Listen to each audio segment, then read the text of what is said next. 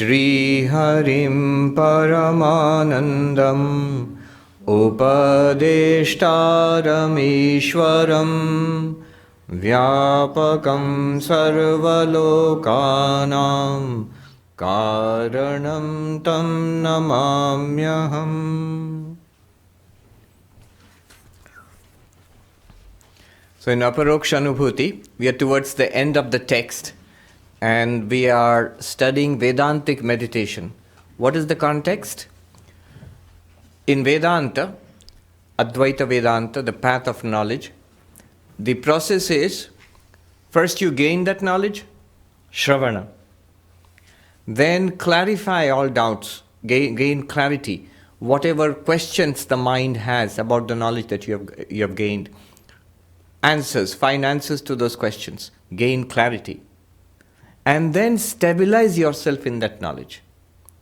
Often we find people saying that, I understand what is being taught here. The main thing is, how do I practice it in life? Or I get confused the moment I step outside the Vedanta society again.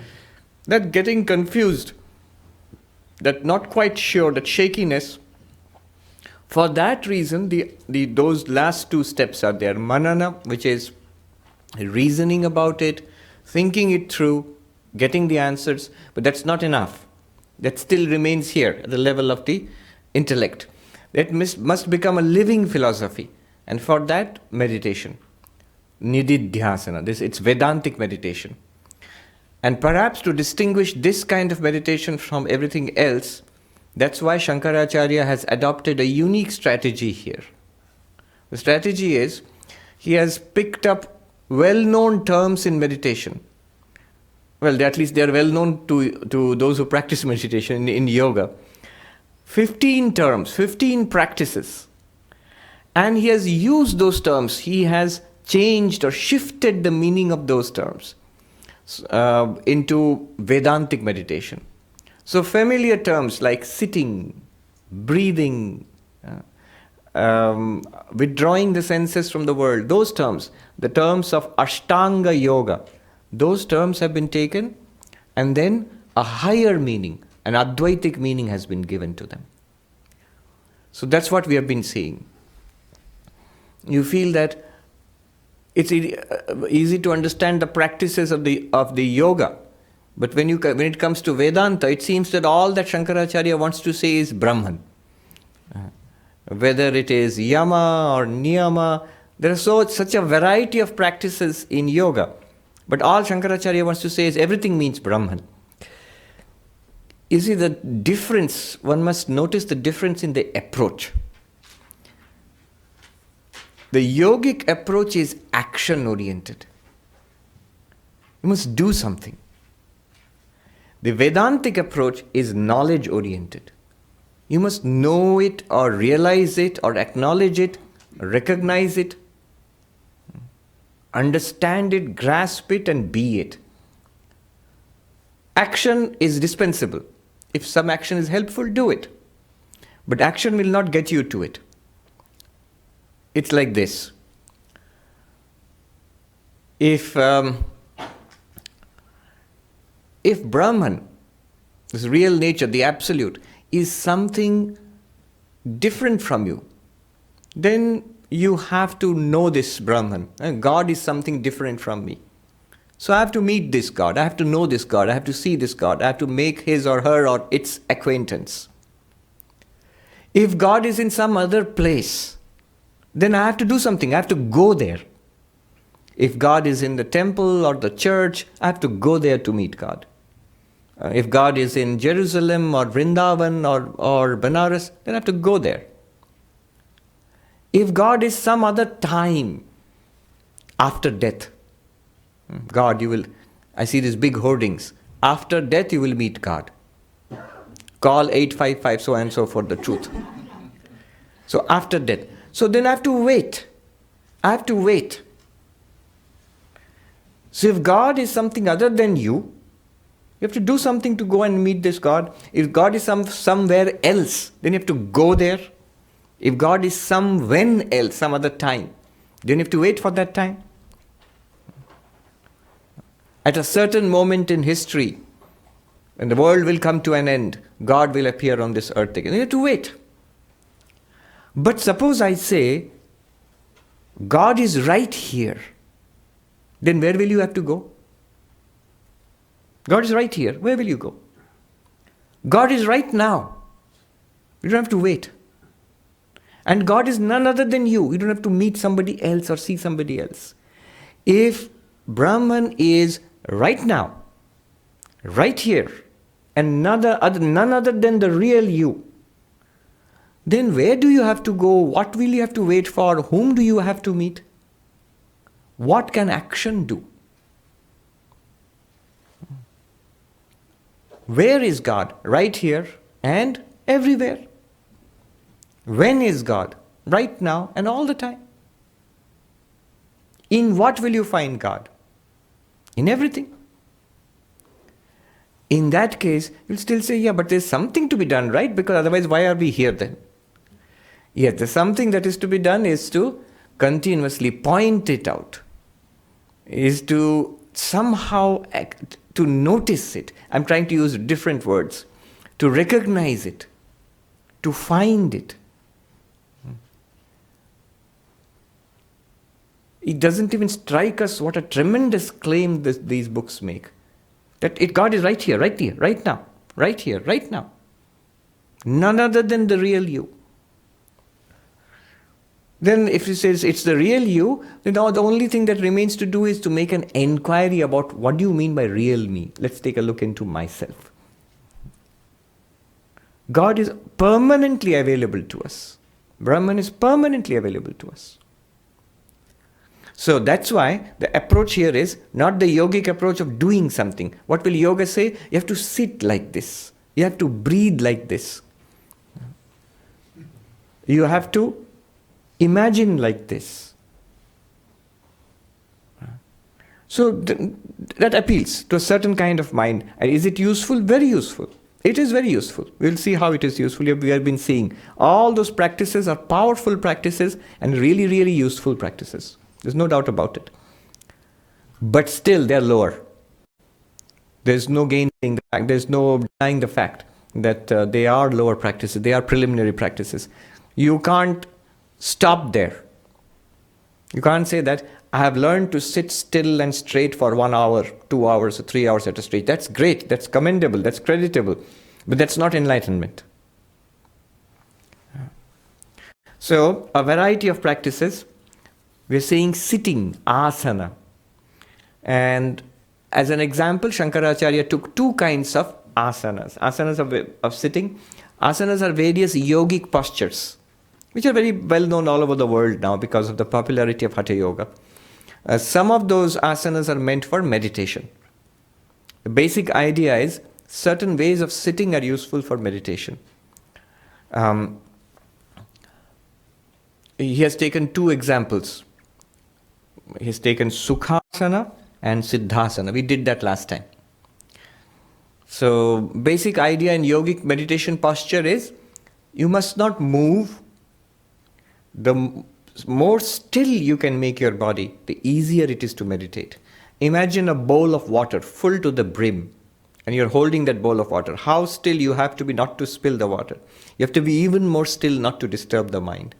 The water in the bowl, it's like the mind is there inside us. So absolutely still. And hold that stillness for a long time. Not just still. There's a posture. They will talk more about it later on. You have to sit straight, erect. Don't slouch. So, what a posture, a seat which you can hold for a long time without moving, that is asana, that is useful for meditation. So 2 such postures Shankaracharya takes up. In 112 it was Sukhasana and 113 Siddhasana. And we saw Siddham yat sarvabhutadi vishwadhishtanam avyayam yasmin siddha samavishta tadvai siddhasanam viduhu. That is, in Vedanta, what is Siddhasana? If you Google it, Siddhasana, I did, you will find all these very fit-looking persons sitting in excellent asana postures. So they will show you what is Siddhasana. But what does Shankaracharya mean? That in which all beings, the existence of all beings is. Siddham means the very existence of all beings. Siddham means established. So that in which all beings are established. That which is the ground, the very existence of the entire universe. What is that? That's Brahman. It's like saying, where is this altar? Where is it established? In philosophy, there's a very interesting way of putting it. It's obviously established on the ground, but they will say it is established in wood. Wood is the material in which this altar exists, right? Wood is the material in which the altar exists. So the altar is established in wood. Wood gives it its existence. It is Siddham, established in wood. So wood is the basic material of the existence of this altar. What is the basic material of this universe? Existence itself, being itself, Sat. Sat, pure being, isness. So that's what gives existence to everything. That's what lends existence to everything in the universe. And it's nothing very strange. We all feel it.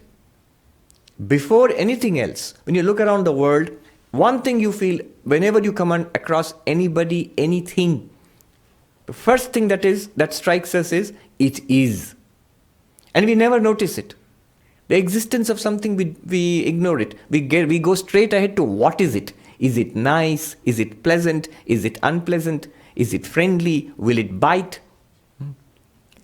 So we immediately get into the differences, the specifics, samsara. But behind everything, the pleasant and the unpleasant, then the known and the unknown, behind everything, first of all, primarily, it exists, it is. Vedanta draws our attention to that. That is Brahman. In that, the entire world is Siddham, established. And what's more, it's you. You are that pure being. So in you, not only is this little person established, but the entire cosmos is established in you. Not the person you. The entire cosmos is established in the awareness being which we are. Awareness, Chit, being, Sat, which we are.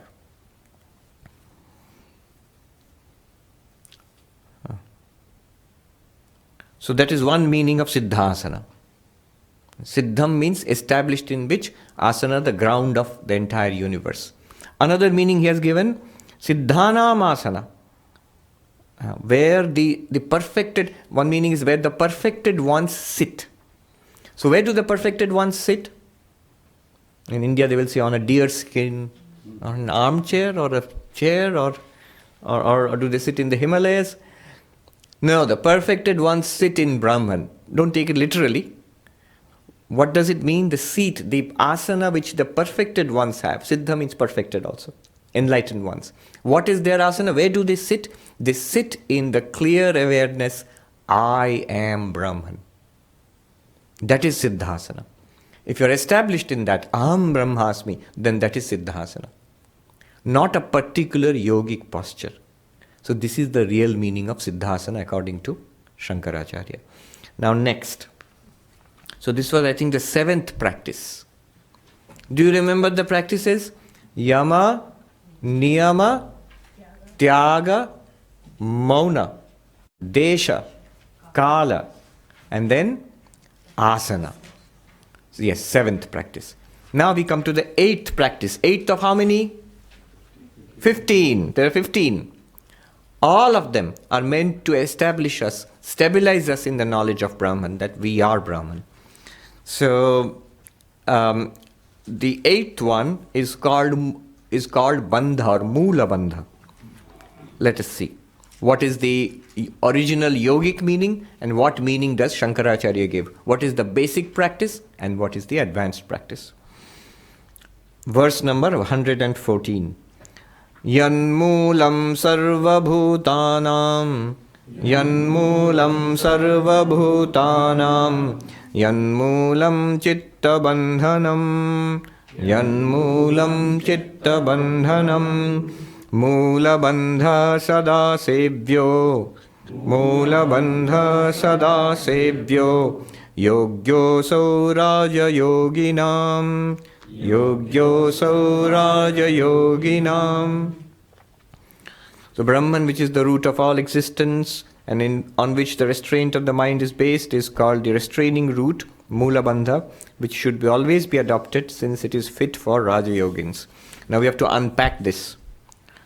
First of all, what is Mula bandha? What is bandha in the yogic practice?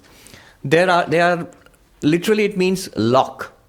So certain locks, those who practice Hatha Yoga, asanas, there are certain locks associated with it. Locks of certain parts of the body. So you hold your body or clench a particular muscle. So these are called bandhas or locks. What use is it? They give integrity to your practice of yoga. Integrity, they enhance the practice of, the physical practice of the asanas. So your yoga teacher can tell you more about them. I know the names of 3 well-known bandhas. There is Uddiyana bandha. There is Jalandhara bandha. This one which he has mentioned, he has taken one example. Mula bandha. Mula bandha means lock. Mula bandha means root lock. So these are different locks of particular muscles in the body. Which have benefits for Hatha Yoga practices. Your practices of the asanas, the postures, yogic postures, are enhanced with these locks. So there are particular muscles in the lower part of the body which are clenched during yogic practice, asana practice. That will be called Mula bandha, the root lock. Now that's the yogic meaning. But what is the Advaitic meaning? Yes, Brahman. Can't be anything else. Now you know for sure. But what's the purpose of saying everything is Brahman? The purpose is, it gives us, these 15 practices will give us 15 different ways of conceiving of, thinking of, establishing ourselves in Brahman. It's not just juggling with words and forcing everything to mean Brahman. They are actually techniques. So, now Mula bandha, what does he say? Mula means root. So Mula means root. Now immediately you know what Shankaracharya is going to do. Mulam Sarvabhutanam, the root of all entities in the universe. So what is the root of all entities? Brahman. So the root of all entities in the universe is Brahman. So in that sense, Mulam, root means Brahman. In what sense? Root means in the sense that wood. I can express it this way. Wood is at the root of all wooden furniture. Clay is at the root in the sense, the source of all clay pots, all pottery, and so on. Water is the root of all waves and bubbles and foam. In that sense, I'm using the word root. So existence itself, this awareness, existence, bliss, which is Brahman, is the root of all beings. So to lock yourself in that root, in the awareness of that root, that I am that. So often, Brahman has been called the root of the tree of samsara. In Kathopanishad, in Gita, 15th chapter, Urdhamulam avakshakam ashvattham prahuravyayam. That's one chapter of the Gita which all the monks know. You know why? The reason is, in the Himalayas, when the monks are fed, bhiksha, food is offered, so you have to chant that chapter before you eat. So, yes, and if you mumble or try to evade, they look at you with suspicion. So you don't know that chapter. We usually don't, in our ashrams, we usually do only Brahmarpanam, one verse from the 4th chapter. But there is an ashram. In fact, the Sarada Peeth, our ashram, near Belur Math, in that ashram, the 15th chapter is chanted before food. So everybody there, all the monks who join the order at Saradabit, they chant this chapter. So 15th chapter, it starts, why am I mentioning this? It starts, the first verse starts with, this entire universe, cosmos is compared to a tree whose roots are above. Usually where are the roots? Down below the earth. But the roots of samsara are above. Above does not mean physically above. It's not in outer space or something. Above means it's subtle, sukshma. This gross universe is rooted in a subtle universe, and the subtle one is rooted in the causal one, and the causal one is rooted in Brahman. So sthula in sukshma, sukshma in karana, all of this in that one existence consciousness bliss. So Brahman is the moolam, God, Brahman, whatever you call it, the absolute, is the root of all existence. Then bandha. He says, bandha. Bandha means a lock. Also, it might mean discipline. They're related. Where you fix your mind. The word used is chitta bandhanam. Now, there are two ways of interpreting this. One straightforward way is where we concentrate the mind. In spiritual practice, you concentrate the mind on God. That's supposed to be the point of meditation. So where all this meditation, the whole purpose of this meditation is to realize God. So the chitta bandhanam, the focal point of concentration, is what? Brahman. So in that sense, where you lock the mind, that sense also is a Brahman. So root is Brahman, and bandha is also Brahman. Another sense of the word, bandha means bondage. Bondage. Our sense of being trapped in samsara. So that sense is also taken by the commentator Vidyaranya. I told you last time, Vidyaranya Swami has written a nice Sanskrit commentary on this. So there he gives a second meaning for the word bandha. Chitta bandhana. Chitta bandha. That's the word used here. It could also mean, in Sanskrit is multiple meanings you can derive from the same word. So another meaning would be the bondage of the mind. What is the bondage of the mind in Vedanta? What's our bondage? What's the root cause of our problems? Ignorance, yes. So the ignorance of the mind. Ignorance of the mind is because Maya has two powers. Do you remember? The veiling power and the projecting power. So because of the veiling power of Maya, we are unable to realize that we are Brahman.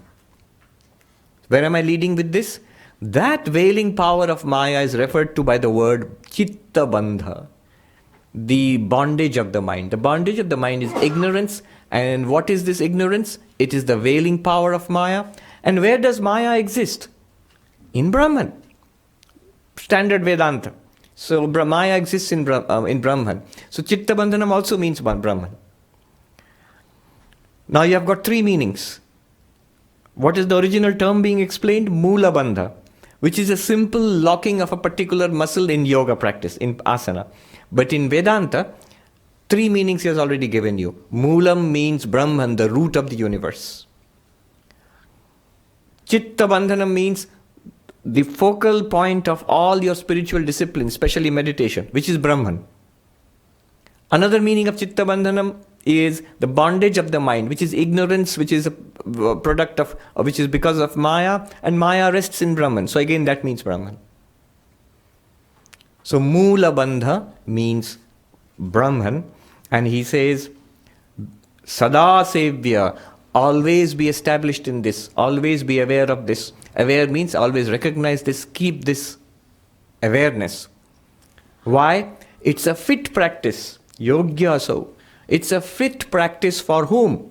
Not yogis, Raja yogis. He says that the kings among the yogis, by that he means the jnanis.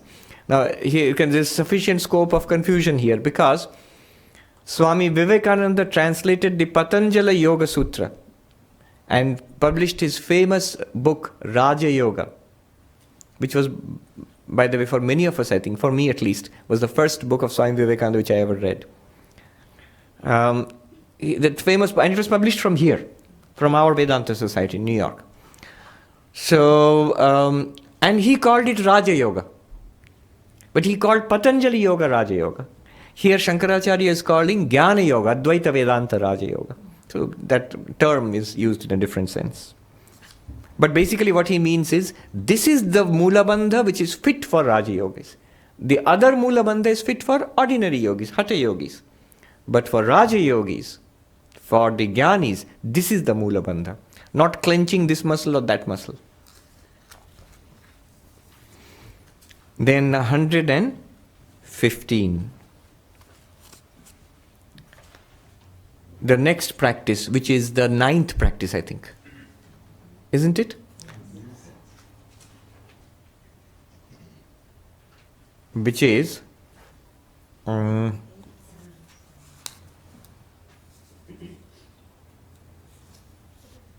Sharira Sthiti, Anganam Samata, which means poise of the body or posture of the body. Usually this is part of asana, how you sit for meditation. But here it's discussed separately, how you hold the body during meditation. So that is going to be discussed here. First the yogic approach and then the Vedantic approach, which you know is going to be Brahman, of course. Anganam samatam vidyat, Anganam samatam vidyat, Same brahmani linatam, Same brahmani linatam, Noche naiva samanatvam, Noche naiva samanatvam, Rijutvam shushka vrikshavat, Rijutvam shushka vrikshavat. So deep absorption in the uniform Brahman is the equipoise of the limbs. The Sanskrit term is deha samya. Deha samya means evenness of the body, which literally means straight, holding the body straight. Deha samya. Otherwise, mere straightening of the body like that of a dried up tree is no equipoise. Okay. Now, what's the point here? What's going on here? First, the basic yogic practice. It has been noticed by the yogis that how you hold your body has an effect on the mind. Body, breath, mind. Annamaya kosha, pranamaya kosha, manomaya kosha. They are related. How you hold the body, the condition of the body, will have its effect on your breathing, and your physical posture and your breathing will have its effect on your mind. If I slouch, it's impossible to think of high and ennobling thoughts in this kind of a posture. Try to think, I am Brahman, I am one with God, like this. No, you can't. I am courageous, think like this. No, you can't. I am so happy. You can't do that. All positive thoughts, you will see that it's connected with a straightening up of the body. So holding the spine erect and the neck and the head in one, in alignment with the spine. And this is exactly what Krishna tells Arjuna in the Gita, 6th chapter of the Gita, where he teaches meditation to Arjuna. Krishna tells Arjuna, sit straight. We had one Swami who would teach meditation to the little kids, and his instructions were less like a meditation teacher, more like a drill sergeant in boot camp or something. He would say, "Sidha bet, sit straight, aankh band, eyes closed." So like a drill on the parade field. But the point is, you have to sit straight, hold the spine, the chest, neck, head in alignment. So that is actually deha samya in the yogic sense. And it is very useful for meditation. Why? Physically it has effects. It allows the free flow of breath properly. It's good for health. Nowadays, desk jobs, computer jobs, there's something called repetitive stress injury, and it's very common. I think no more so than it will be in Manhattan. There are people sitting at their desks. One gentleman told me my job, the whole sum and substance of my job is, I look I have 6 computer monitors on my desk. And I said, oh, 6? I said, Swami, that's nothing unusual. Most people in the office have like that. And throughout the morning till night, I have to stare at them. That's the whole thing about my job. So posture is important. Otherwise, it leads to bad health. And posture is very important for meditation. You cannot have meditation with bad posture. But here, Shankaracharya says, so here the idea was, Deha Samyam, evenness of body, is to how to hold your body during meditation. But in Advaita, of course, you know, evenness, the whole posture of the body, equipoise of the limbs, means Brahman. Now how does he do that? He says, Anganam samatam vidyat same brahmani linatam. What is evenness of the body? It is merging the body with Brahman. How do you do that? It is in understanding. Know that the body is nothing other than 5 elements. What is this body? Space, and air, and fire, and water, and earth. Akasha, Vayu, Agni, Apa, Prithvi. Or if you are taking a modern approach, all the elements which it is made. Now, these 5 elements, they are nothing other than Brahman. It's Brahman alone with these names and forms. Upanishads say, Tasmad va etasmad atmana akasha sambhuta. From this very Atman, this very Brahman which is Atman, the absolute, the space appeared. What do you mean space appeared? Brahman, which is existence, that itself due to Maya appears with the space, name and form.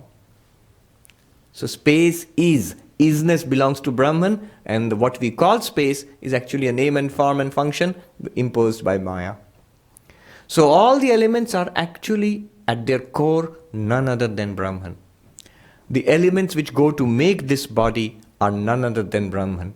All of it. Knowing this is evenness of posture of the body. But a deeper meaning is there. Same brahmani linatam. Merge every experience into he says, a uniform Brahman or the homogeneous Brahman or the one Brahman which is constant and unchanging. You see, samsara is bheda, difference. Difference is samsara.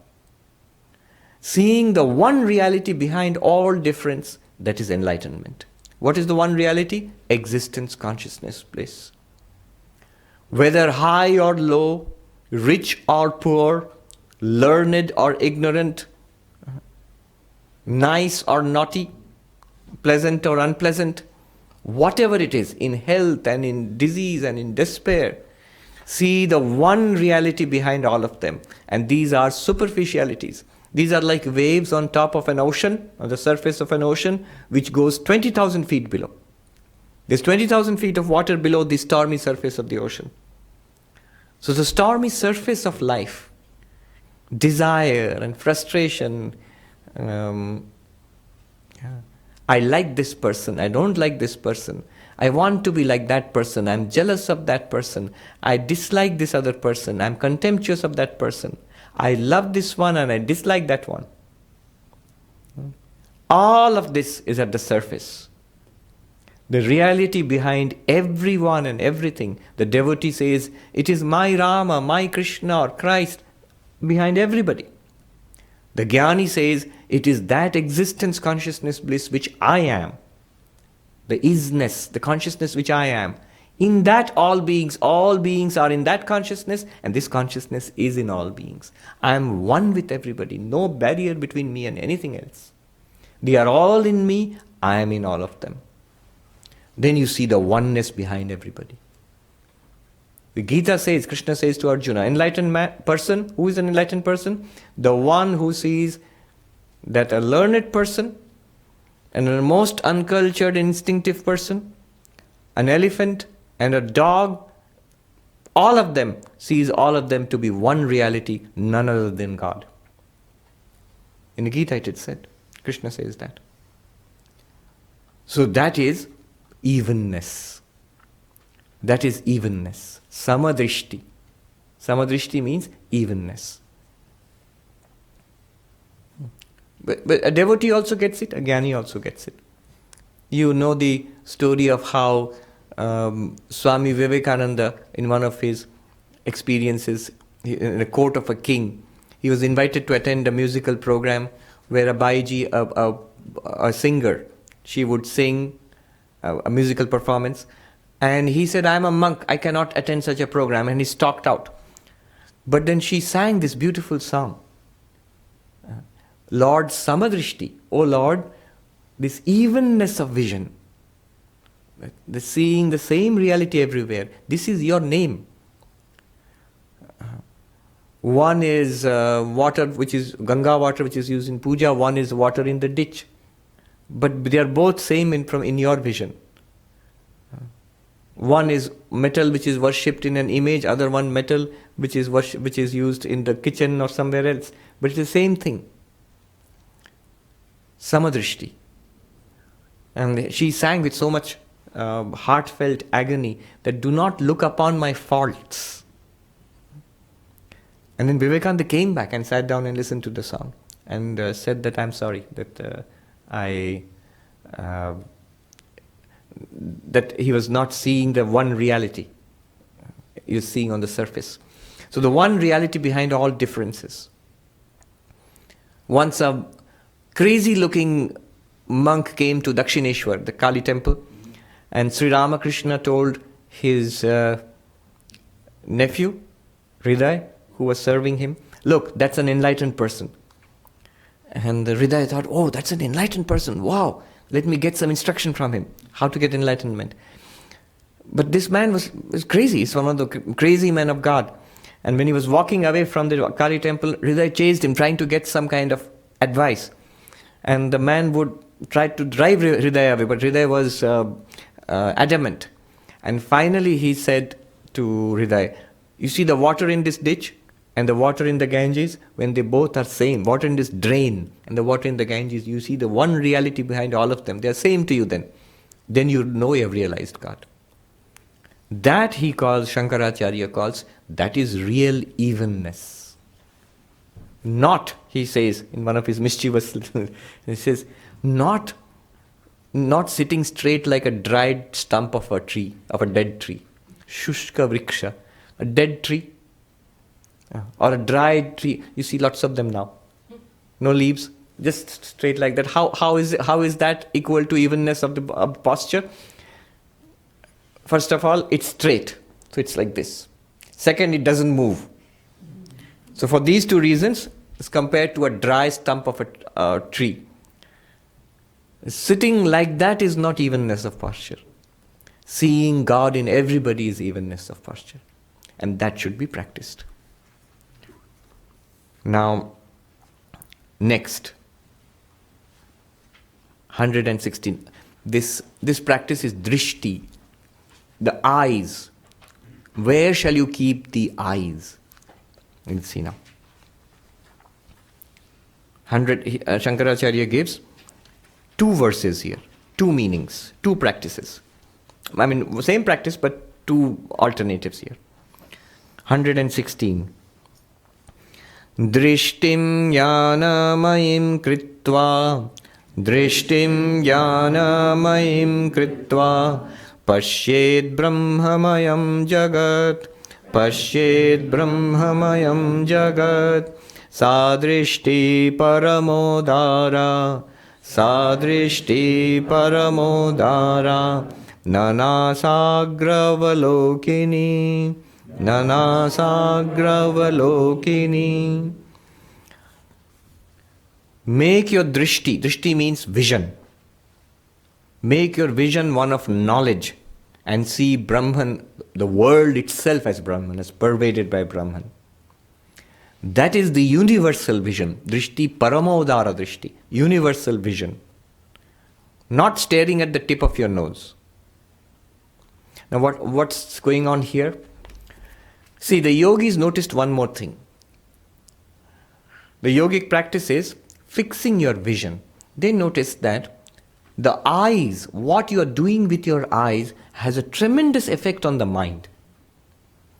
The eyes are the ones which take up maximum amount of cognitive capacity of our brains. So if your eyes are open, a good deal of processing power of the CPU here goes in processing what's coming in through the eyes. That's why it's advisable to close the eyes in meditation. So most people close the eyes in meditation. But the problem of closing the eyes in meditation is, sleep. Two problems. One is sleep. One is the mind gets engaged, is free to engage itself in many thoughts. Because now you're not looking at the world in front, so your mind is set free from that, starts thinking of many things. So scattered mind, one problem. Sleepy mind, another problem. The moment you close your eyes, the mind thinks, time to sleep. You'll have a Z. That's one problem. Or the other problem is the mind starts thinking of many things. That's why the yogis devised an in-between way. You don't get scattered, you don't get sleepy, and yet you don't get disturbed by the world also. If you keep your eyes wide open, then you cannot meditate. Because you'll be seeing what's in front of you and your brain will be strongly engaged in that. So what they did was, fix your eyes on something and don't look anywhere else. One advice the Hatha Yogis give is, fix it at the tip of your nose. Nasagra means at the tip of the nose. So you look down, you're not looking ahead and out, and yet you have not closed your eyes. So that's a good practice. And the great meditators, they naturally do it. In fact, if you look at Vivekananda's picture, that seems to be where it's automatic. He's in Samadhi, but that seems to be where the eyes are fixed. So not looking out, yet not closed also. And this is something that Krishna told Arjuna after telling him to sit straight and meditate in this way, control all the sense organs, and specifically mentions the eyes. Krishna mentions the eyes to Arjuna. Samprekshya nasikagrang swam. Keep your vision directed on the tip of your nose. Now yogis, they will debate this endlessly. What constitutes the tip of the nose? Just by the way, is this the tip of the nose or is this the... Agra means beginning, edge. So it literally does not mean... Tip of the nose in English is pretty self-explanatory here. But in a Sanskrit, nasagra means here or here. Because some yogis will try to meditate here. Don't try it, you'll get cross-eyed very soon. So, the point is not to get entangled in all those things. Pick a point and keep your eyes there. That helps in meditation. If you do these things, like sitting steady and straight, try not to move at all. Then keep the eyes focused in one place. Try not to look anywhere else. Evenness of breathing. You will see, even before you have started your meditation, half your work has been done. Mind has become calm. What most people make a mistake is, they jump straight into meditation. Sit, okay, I'm going to start meditating. Big mistake. The body is still disturbing the mind. The eyes are still taking away part of your attention. So things are going on which are disturbing the mind. You are going straight to the mind to control it. The yogis knew that's not a good idea. First control the body, then the posture, then the evenness of breathing, then the eyes, then go inside. So this is the Hatha Yoga practice. Useful? Very useful. Very useful, certainly. If you don't like focusing on the tip of your nose, you can focus on something else. A picture, an image, a symbol like Om or something. Whatever you find. Even it could be a candle flame, a dot on the wall, anything. Yoga has a variety of things you can focus your eyes on. The thing is to keep the vision steady. Now what does Shankaracharya say? He says, real drishti. Drishti means focusing of the vision. The real vision is vision of Brahman. Yes, now you're all good Vedantins. But vision of Brahman, not vision of your nose. You're supposed to meditate on Brahman, not your nose. So what is that? He says, Drishtim Jnanamayim, a very beautiful line. Drishtim Jnanamayim Kritva Pashyed Brahmamayam Jagat. Convert your vision into the vision of knowledge. Jnanamayi Drishti, vision of knowledge. And then what will happen? You will see, what will you see? You will see the world, but you will see the world pervaded by Brahman. How does that work? It's like this. You don't have to imagine Brahman. Follow this carefully. Here there is this altar, there's this lectern, there's a table. Hopefully it's made of wood. Yes. Now, if you say, yeah, here is a chair. Now you say that I can see so many things. There is an altar, one, the lectern, one, altar, two, chair, three, table, four. Four things I can easily see there. But if I say, look at it as wood, then how many things are there? One, wood. That's wood, this is wood, this is wood, this is also wood. Now this is wood Drishti. This is not Vedanta Drishti, wood Drishti. What happens is, you are looking through the name and form and function. That is a different name, lectern. This has a different name, altar. This is called chair. This is called table. This is a different form. That looks different. This looks different. And they are different. They have different functions. Nama, Rupa, Vyavahara. Name, form, function. Different. You have to look through that. It's like X-ray vision. It's like X-ray vision. You have to look through the name and the form and the function and go to the substance itself. Yeah. The material itself. Similarly, when you look at the world, look through the name and form and function. And go to the material itself. Go to the reality behind it itself. What is the reality? Isness. When you look at the world outside, existence itself. If you look at the name and form, friend, enemy, frenemy. You understand it in USA. Many people may not understand. Friend and enemy together. I like, I dislike, I am indifferent. All are names and forms and functions. Behind all of them, one existence shining forth. That is Brahman. How do you know that? You have to make your, just like wood, your vision, you changed it from name, form and function to the wood. Here you change your vision from name, form and function to the isness. Keep your vision on that. You are seeing the same thing. When you have eyes, you will see the form, but you are noticing the isness. When you close your eyes, thoughts are coming. All kinds of thoughts. Desires, frustrations, hopes, memories, feelings, good feelings, bad feelings, pleasant feelings, unpleasant feelings, anxieties. All of them come, they arise, exist and disappear in the awareness, in the consciousness. Keep your vision on the consciousness, no matter what thought comes, what emotion comes. That is Drishtim Jnanamayim Kritva. So penetrate through the name and form to the reality behind. One monk I met in Haridwar, he had, for the first time, he didn't know what an X-ray was. First time it was shown to him, he was so excited that here is a light. He told us, oh monks, I saw a light whose rays penetrate through the skin and the blood and the flesh and go straight to the bones. Your vision, oh monks, these are his words. Mahatma ki drishti aisi honi chahiye. Your vision should be like that. Not that you should see everybody as a skeleton.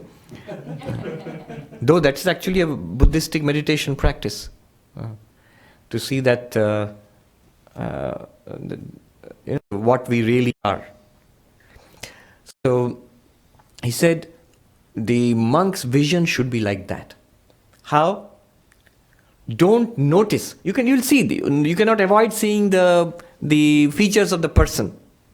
Don't see the name and the form and the particular relationship you have with that person. Those things will appear to you all right. But see that person as that one consciousness which you yourself are. You are one with all of them. That one Satchidananda. If you are a devotee, see your beloved Lord, your Krishna or your Christ in everybody. And keep your vision there. Not on the surface. Likeable person, dislikable person, loved person, stranger. No. Isn't it imagination? It may seem so at first, but actually that is fact. What we are seeing now is imagination, is delusion. It's delusion. Yes. Swamiji, so when you said, for example, when we look at our thoughts that arise in the mind, we are witnessing these thoughts. Yes. Can be compared to the names and forms Yes. in the universe, and then look through or beyond them and see that they're all existing in consciousness. True. So, does existence mean the existence of consciousness? So, what are we looking through to? We're looking at consciousness or existence, or are they the same really? All right. The question is, when we look through the names and forms, I said you look at consciousness within, and when you look at it outside, existence. Why? One is a practical reason. I understand what your question is. Your question is, are they same, or are we trying to look at the existence of consciousness? First of all, why did I say when you look outside, you try to notice and keep your attention on the isness of things? Because consciousness is not so evident in things outside. Consciousness is evident only in one place for each of us, in our own minds. Isn't it? Are you with me here? Consciousness, I'm using the word indifferently. Awareness, sentience, intelligence. Intelligence is not a good word. Consciousness. The light within, which lights up our life.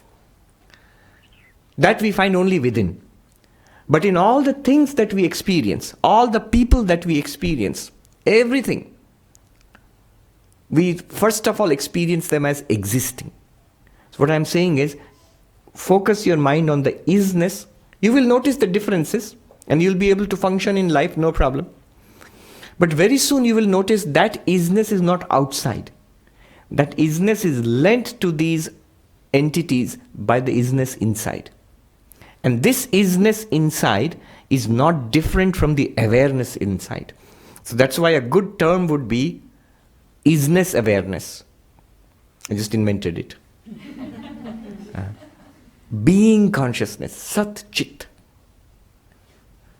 If you look at pure consciousness, try it now. You are looking, you're seeing so many things. Are you aware?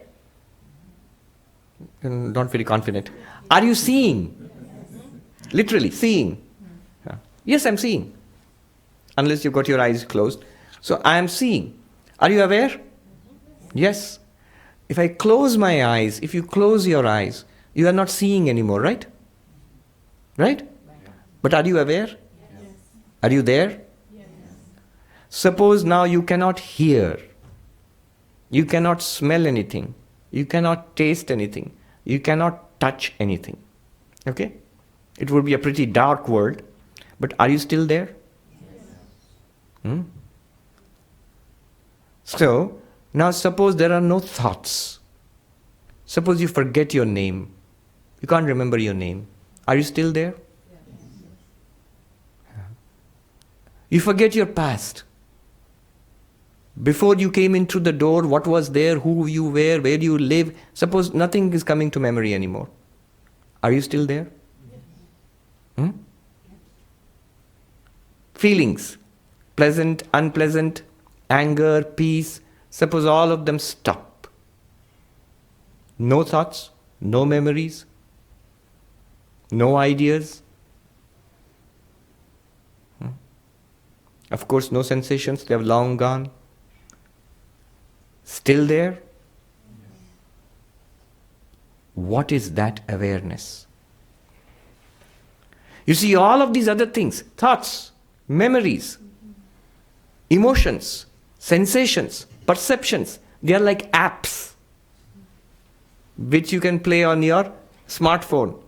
But without the apps also the smartphone exists completely in itself, perfectly.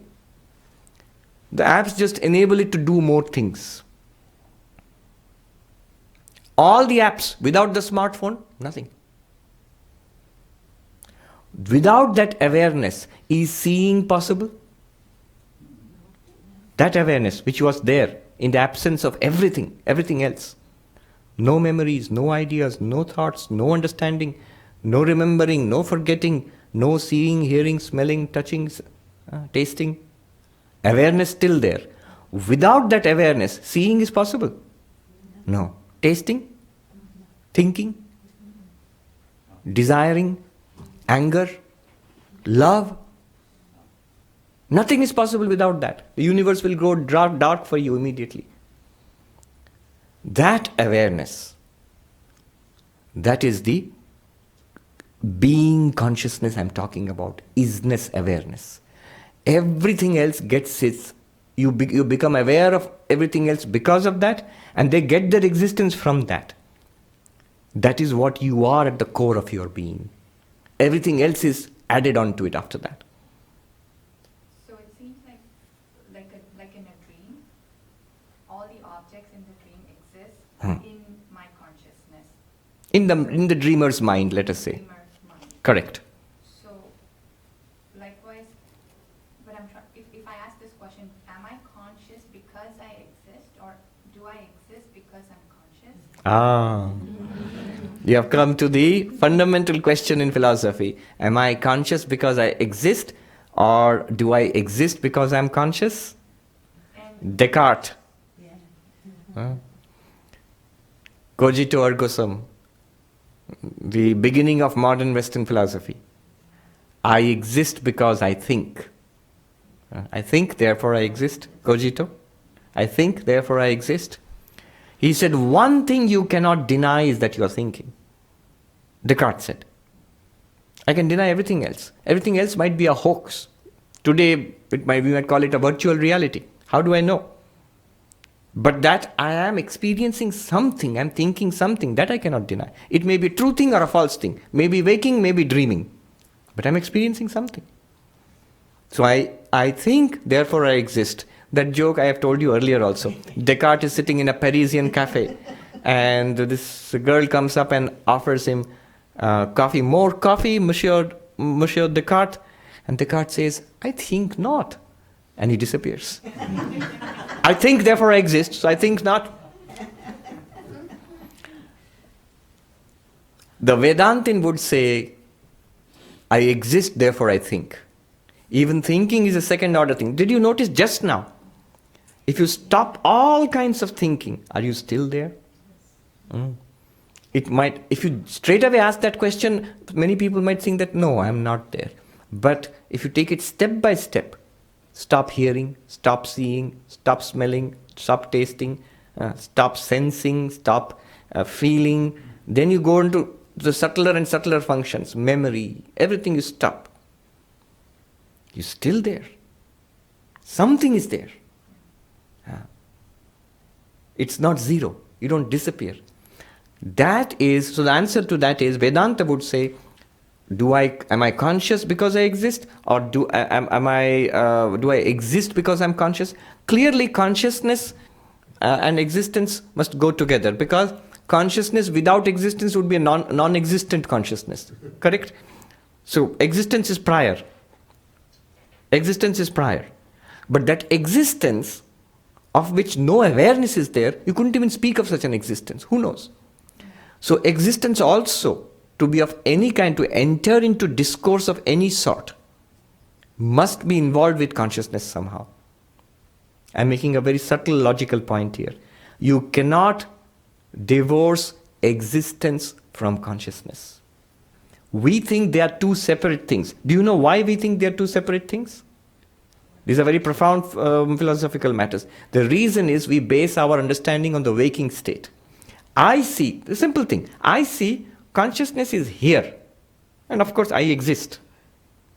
That chair, I don't see consciousness there, but existence I see there. So a thing can exist without being conscious. I exist and I am conscious, no doubt. But that thing can exist without being conscious. That's my waking state experience. And so I think consciousness and existence can exist separately. Consciousness cannot be separate from existence. Otherwise, what will happen?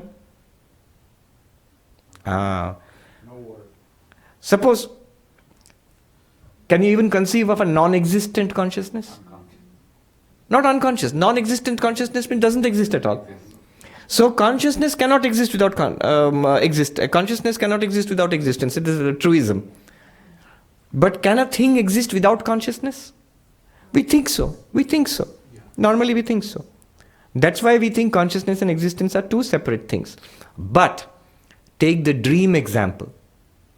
In the dream example, it's your conscious mind which imagines everything in the dream. Conscious beings in the dream and insentient beings in the dream. Rocks and lakes and cars and buildings in your dream are nothing but your conscious mind. True? When you wake up, you realize it was everything there was imagined in my mind. There was no car, there was no road. I'm giving a very ancient example. In the Brihadaranyaka Upanishad it is said, in my dream there were no roads, there were no chariots. So in Manhattan no chariots, but you have SUVs. In your dream there were none of them, but yet all of them you saw them. So what did you actually see? Your mind only. Now what Vedanta wants to say is, in the waking world also, whatever you are seeing is not mind, but it's rather consciousness. Consciousness alone appears in all these forms. To answer your question directly, am I conscious because I exist? Or do I exist because I'm conscious? Vedanta says existence consciousness is one entity. You are awareness being, Sat, Chit, and also Ananda, that comes later.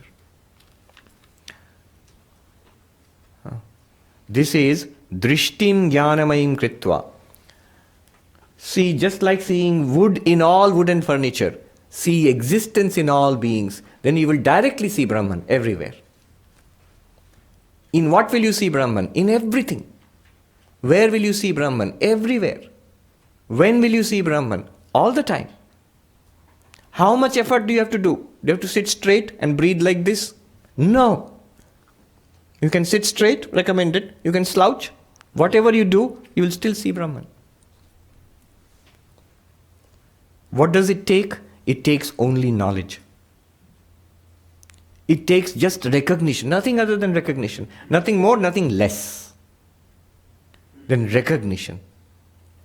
It's continuously available to you. Okay, consider this. I'll throw this at you. This is another monk in the Himalayas pointed out a simple fact. What is remembering? What is imagination? And what is experiencing? What you have experienced in the past, but you are not experiencing now, you can only remember it. You can use memory. When you use memory, what does it mean? I remember the river Ganga which I saw in our monastery in Calcutta. Am I experiencing it? Am I seeing it or remembering it? Remembering it. Why? Because I can't see it. I imagine Krishna in my heart, the beautiful form of Krishna. Am I seeing Krishna, remembering Krishna, or imagining Krishna? Imagining. What is imagining? Something that you have not experienced, so you can't remember it. But you have read about it, somebody has told you about it, described it. Now with an effort of imagination, you're trying to construct it in your mind. That's imagination. Okay? In Sanskrit, Anubhava, Smarana, Kalpana. In English, experience, memory or remembrance, and imagination. What is devotion? I remember the beautiful form of the image of Sri Ramakrishna in the main monastery. I'm actually doing it now. I'm remembering the form of the image in the temple in Belur Math. What is that? Remembering. Can I say I'm seeing it? No. I'm remembering it. I've seen it earlier, but I'm remembering it. I am trying to create the image of Durga or Krishna in my heart, in a lotus. I imagine a lotus. And so this is imagination. I'm not seeing it. But this book which is in front of me right now, do I need to remember it? Do I need to imagine it? And say, I'm imagining a book. Swami, you're seeing it. Aren't you seeing it? Yes. You don't need to imagine. Why? Because you are seeing it. You don't need to remember it. Why? Because you are seeing it. This is experience. This is seeing. It's available to you, then you can see it. You'll say, yeah, I get it. Go on. What's your point? My point is this, and a tremendous point it is. When he talks about Drishti, what he says, Brahman, you don't have to remember God. You don't have to imagine God. You have to see God. Why? What do you mean? You all look puzzled. We are seeing again and again God is present right here. The book is present right here. Do I have to imagine it? No. That's crazy to say that I have to imagine the book. It's right here. See it. Say, Swami, open your eyes and see it. Do I have to remember it? No. In path of devotion you are told, always remember God. In the path of knowledge you are told, just see God. Vivekananda said, don't try to see God, see God. It's easier said than done. Why? What's the difficulty? The difficulty here is the book is an object of vision. I can open my eyes and see it. If it's a sound, I can use my ears and hear it. But God, Brahman, is it visible? No. Can you hear it, smell it, touch it, taste it, grasp it? No. Then what do you mean by seeing God? When Advaita says you can see Brahman right now, see it. No need to remember, no need to imagine. The only way you can, what is meant here is knowledge. It's continuously available, it is shining forth all the time without any break, effortlessly available to all of us. It is your own very existence. It is the very awareness, we just saw it now, it is the very awareness with which you see everything else. That shining, everything else shines. Is the world shining to you now? Here, shining means you can see it. It's a poetic way of saying that I can see the world. The world is shining to you because first of all, that awareness at the core of your being, that shining, everything else shines. By its light, everything is lit up. Tameva bhantam anubhati sarvam tasya bhasa sarvamidam vibhati. Kathopanishad, Mundakopanishad. There the sun does not shine, nor the moon, nor the lightning. What to speak of? The sun and the stars and the moon cannot illumine that. Nor lightning, nor our mere mortal fire. But, is it enveloped in darkness? No, just the opposite. That shining, everything else shines. By its light, everything is lit up. I'm not talking about anything theoretical. It's the most obvious thing in all our lives. It's that consciousness which I just led you to right now. It's there.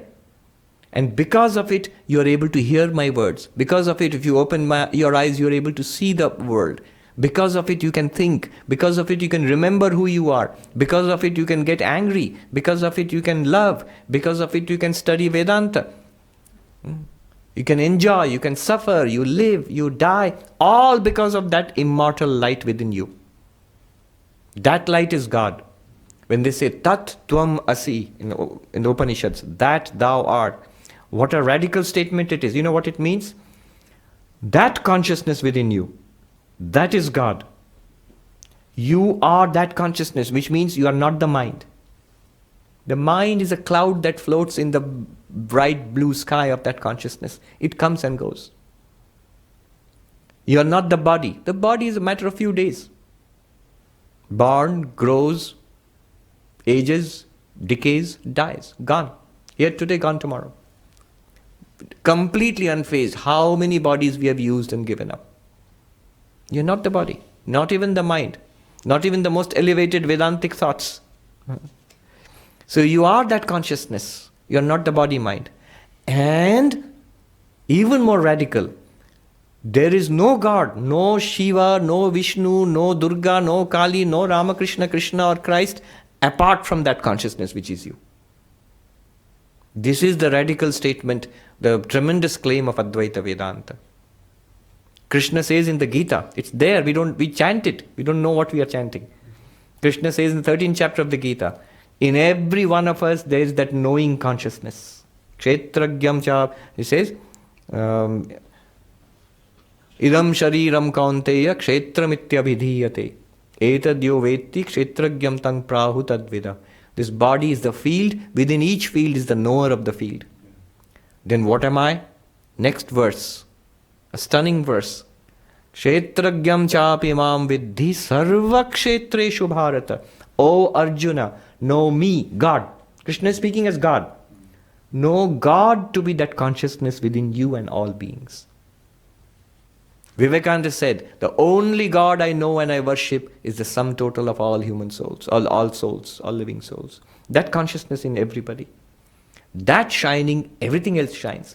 Every day, today also, we sing the hymn, Arati to Sri Ramakrishna. At the end, do you know what we sing?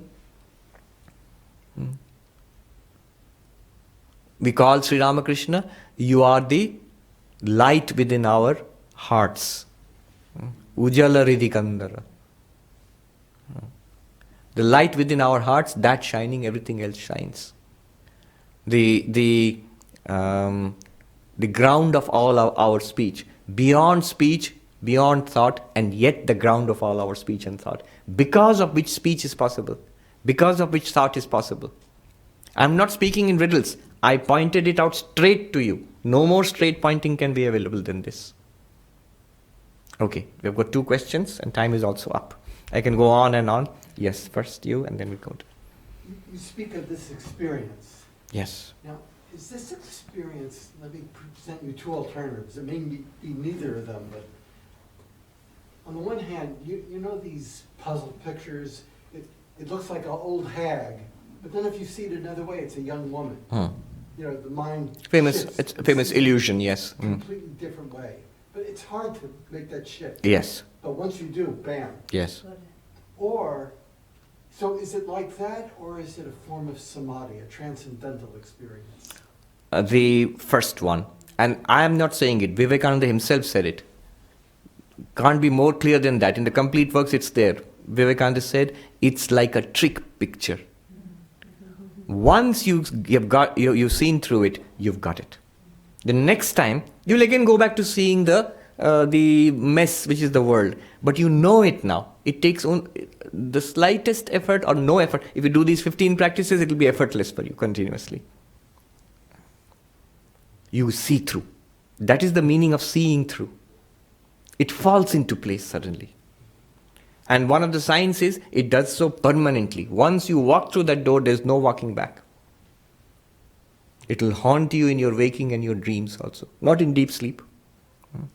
So it's there. It's permanent. And the sign of that you have really done it is that you cannot drive it away. No, it's so bright and so unmistakable.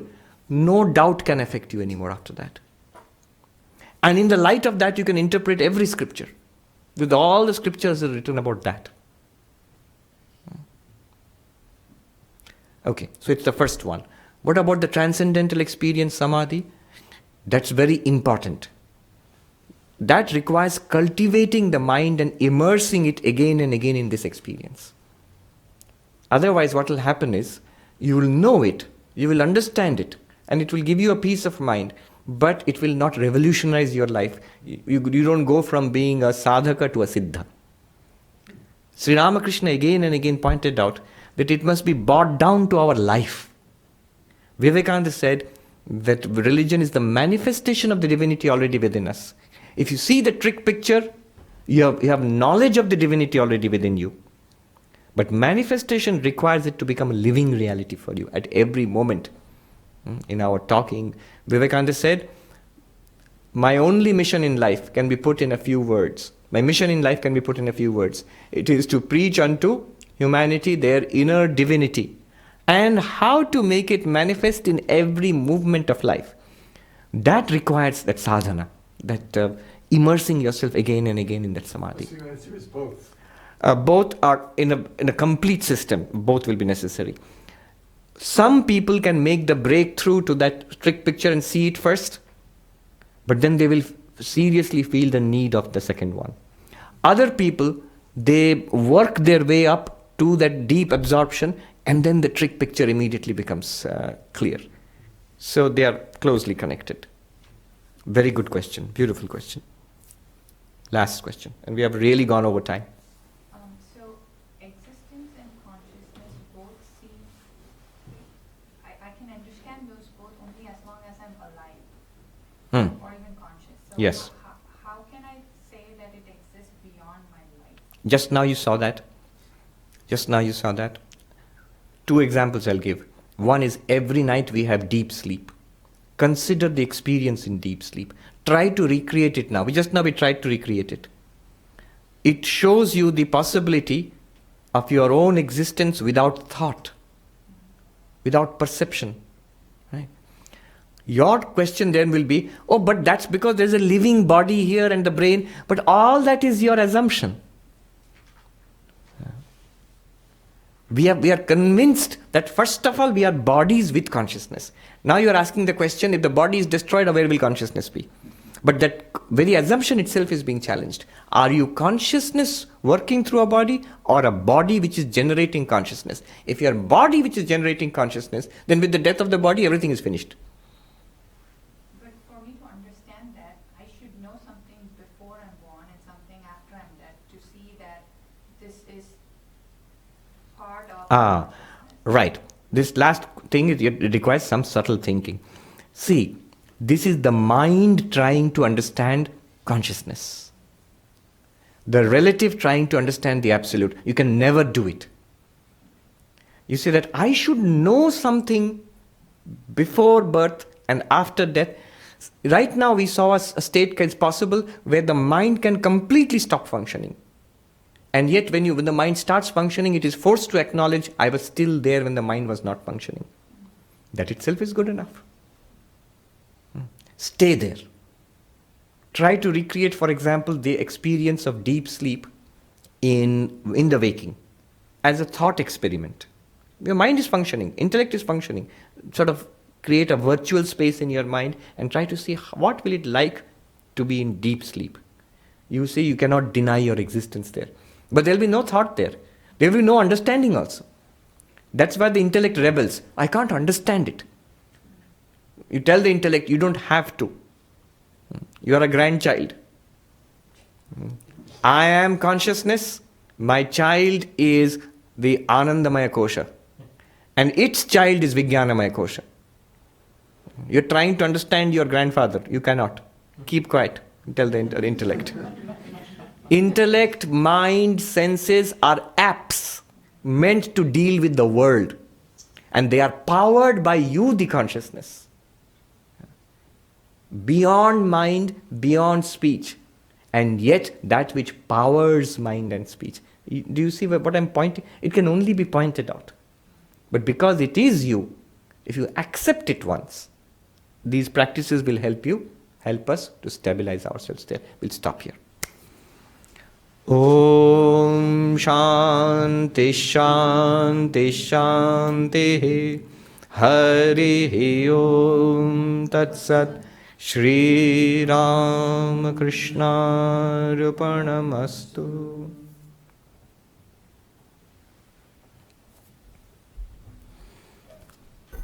Yeah, I know. It's very interesting. I could see people ready to go on and on. Very good.